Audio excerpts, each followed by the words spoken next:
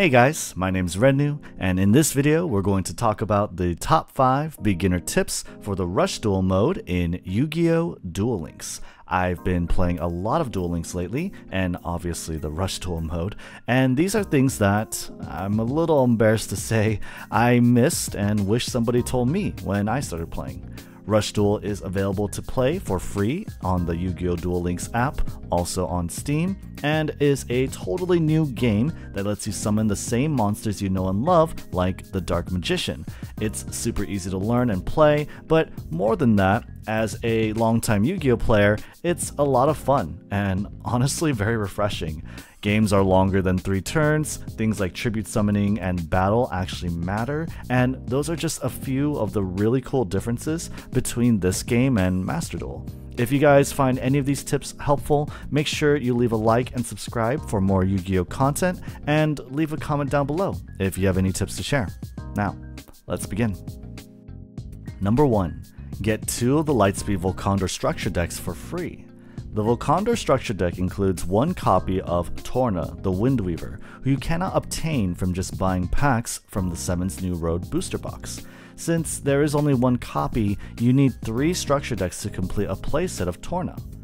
Torna the Windweaver is an amazing spellcaster monster that is still played in the physical card game. Torna's ability to switch the battle position of an enemy monster and his decently high attack of 1600 means he can very likely beat over your opponent's problematic boss monsters, or allow your other monsters to do so. A good spellcaster deck is going to probably be the easiest to build as well, so Torna is also part of that. However, Torna does have a limited 3 restriction, meaning that for all cards with this restriction, among them you can only have 3 in your deck. For example, with Multi-Strike Dragon Dragius also being a limited 3 card, you can theoretically have 2 copies of Dragius and 1 copy of Torna, 1 copy of Dragius and 2 copies of Torna, or 3 copies of either card in your deck. This means you'll have a hard time fitting him in decks that feature Dragius or Yami Ruler, who is also a limit 3 card. Duel Links will give you 1 free Lightspeed Volcor deck without paying anything. Free-to-play players can still buy an additional one with 500 gems, which is a farmable currency, and the third one to complete the set if you want it is purchasable at around $3, I believe, if you think that's worth it. Number 2. Don't forget to check out the bundles. Currently, there's only 1 bundle for Rush Duel, but it's super important and really easy to miss. I actually didn't know this existed until now, and I'm really regretful that I have to wait to earn gems again. The Summon Skull bundle is very good and can be earned for free with 950 gems or for $6. This bundle includes Summon Skull's card sleeves, and 17 7's New Road booster packs. Summon Skull is a legend card that is super overstated. He is a level 6 monster, that means he only requires 1 tribute, and he has 2500 attack. This means he can trade evenly with monsters like Dragius, who require 2 tributes. That's a huge tempo swing and cannot be understated. A very good skill right now is Legend Draw. Legend Draw allows you to draw your legend monster from your deck from turn 4 onward, so long as your opponent controls a level 7 or higher monster. This makes it very effective against Dragius, who currently dominates the meta. Being able to guarantee Summon Skull, an answer to Dragius, is very powerful, and if you're having trouble picking a skill, Legend Draw is used in top tier decks even now. Number 3. If you're an entirely new account and are open to rerolling, then you might want to reroll if you open either Currybot, Rice Terrace Secure, or Pierce from your UR Dream Pack that you get from the Yu-Gi-Oh 7's launch campaign. Currybot's effect is very useful for supplying your hand for effects with discard requirements, or as additional fodder for tribute summons. For it to have any sort of impact on your game, and not being a dead draw however, requires 3 of him in a deck. Pierce is a great spell card in this current format and can steal games by allowing your monster to deal damage against your opponent when attacking a defense position monster. You only need 1 or 2 at most, and it works extremely well with Dragius. However, Pierce is not a core piece to any deck, and other cards take priority. Rice Terrace Secure seems nice. She is very similar to Torna, but without tributes. That said, her effect requirement is much more restrictive, since it requires the discard to be a level 5 or higher monster, and on top of that, her stats are fairly poor. Until we get a deck centered around Aquas, maybe with Mimi and Mimi, who will be in the next update, she's not a priority pick for any deck that is currently played. Without going into too much detail, the best picks include Multi-Strike Dragon Dragius, 7th Row Magician, and Prima Gitarna. Dragius is a meta powerhouse that can easily overpower and bully other decks into submission with its effect to attack multiple times. 7th Row Magician is a great answer to Dragius, often being able to boost its power over him with its effect, and will continue to get very excellent support as we get more updates.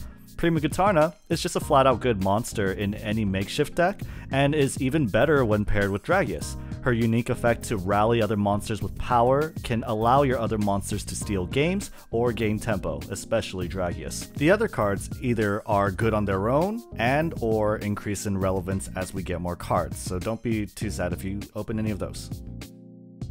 Number 4. If you're not sure on what deck to build Spellcasters. I think Yuga's level 18 skill, 7th Row Excel, probably belongs to the best deck in the game, and that's a 7th Row Magician deck. Unless you spend some money though, chances are you're not going to unlock everything you need for it at the start. However, that same skill comes with an insane attack boost of 800, and that's activatable each turn. This boost is really good, and Torna the Windweaver, who we mentioned earlier, is part of the free Lightning Volcor structure deck, and he benefits from it. If you open a Dark Magician Girl from a pack, chances are you'll get a lot of mileage out of her in the early game. Magician Shuffle is a great skill that you unlock very early. The text is a little confusing, but basically, if you have either Dark Magician or Dark Magician Girl in your hand, you may activate that skill, search for the other one, then discard one of them. You're typically going to want to discard Dark Magician since Dark Magician Girl is a level 6 monster that requires only 1 tribute, and her ability buffs her to 2500 attack and 3000 attack if your opponent has one in their grave. On top of all of this, Spellcasters are supported by very good cards that happen to be low rarity. Mystic Dealer is a great rare card that helps you dig for your boss monsters, and Recovery Force is also a rare card that does that and refills your deck with your used up boss monsters that are in the grave. Number 5. Don't carelessly increase your stage level. Increasing your stage level resets the amount of standard duelists in the duel world to full capacity. Defeating standard duelists in the duel world earns you not only rewards but experience for the character that you're playing. So, look at your character and determine if you want to level them up. If you do, farm all of the standard duelists before redeeming the final reward, which increases your stage level.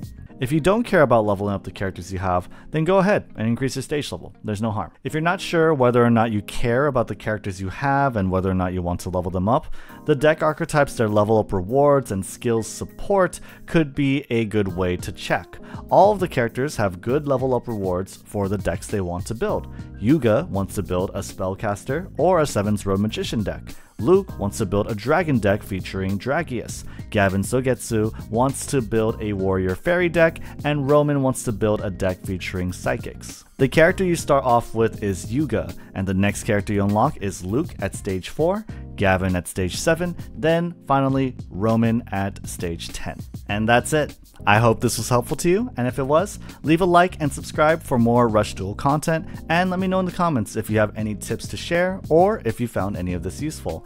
Thanks for watching, my name is Rednu, and I'll see you on the next one.